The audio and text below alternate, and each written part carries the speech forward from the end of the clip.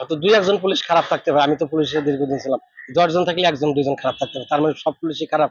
তার নিজের আমাকে যে সিনেমায় যারা বলি যে যারা পুলিশ অফিসে খারাপ চিত্র অভিনয় করে, আসলে তো তারা খারাপ না, এরা অনেক ভালো। হয়তো অভিনয়ের সময় তারা রাজীব ভাই যে বল ভিলেন, রাজীব ভাই তো মানুষ হিসেবে তো সে খারাপ ছিল, সে তো অন্যরকম ছিল।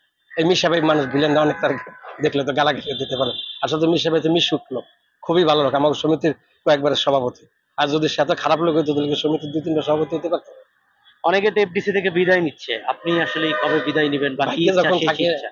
ভাগ্যে মানে যখন সেই থাকে দিন পর্যন্ত কি থাকতে চান নাকি? আল্লাহ যে কদিন রাখে, ভাগ্যে যে কদিন আছে সিনেমায় থাকার। আমার তো যে 88-89 সালে ঢুকছে, আর এই যে এখন 2025 সাল, আল্লাহ যে কদিন রাখে। কামরুল ভাই, যখন আপনি পুলিশের এই ড্রেসটা যখন গায়ে দেন তখন নিজের কাছে আসলে কেমন লাগে? আসলে দায়িত্ব বা দেশের প্রতি আসলে না, আমি তো প্রেমটা কেমন থাকে? এই পুলিশের পোশাকটা গায়ে দিল, আমি তো অভিনয়ের জন্য গাই দিই, আমি তো শিল্পী, হ্যাঁ, আমি শিল্পী সমিতির মেম্বার, শিল্পী হিসেবে আমি গাই দিই। আমি জানি যে অরিজিনাল পুলিশের কি ওই ধরনের তো কিছু আমার মনে হয় না। আমার অভিনয় যতটুকু থাকে, এই যে থানার শুটিং করতেছি, থানার ভিতরে বসে আছি, আমাদের অফিসার আছে শিবাসানু ভাই, তার উপরে আছে তানভীর ভাই, তারপরে আমার আকিব ভাই আছে, এরকম আরো নিশা ভাই আছে, ববি আপা আছে, তারপরে এই যে দীপক খন্দকার আছে থানার ভিতরে।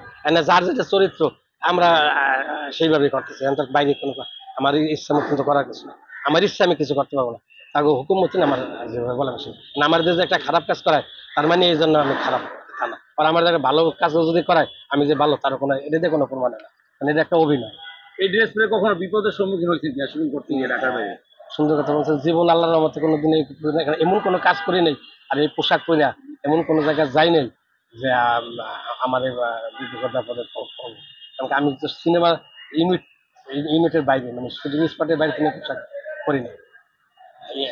সিনেমার বাইরে পোশাক পরে বিসিকেটের বাইরে কিংবা যদিও আমি যাইতে পারি মনে মনে করবো, কিন্তু না, আমি আয়ত্তের বাইরে কোনো দিন আয়ত্তের বাইরে না গেলে তো আমার কোনো সমস্যার কথা নেই। আমি যে পোশাক পরিয়া বাইরে ঘুরি কিংবা কোনো জায়গা আড্ডা মারি, চা খাই, গল্প করি, তো একজন এটা তো অন্যায়। অ্যাকচুয়ালি এত বড় দায়িত্ব আমি এত দীর্ঘদিনে এত একটা আমি একটা গুরুত্বপূর্ণ দায়িত্ব মনে করি।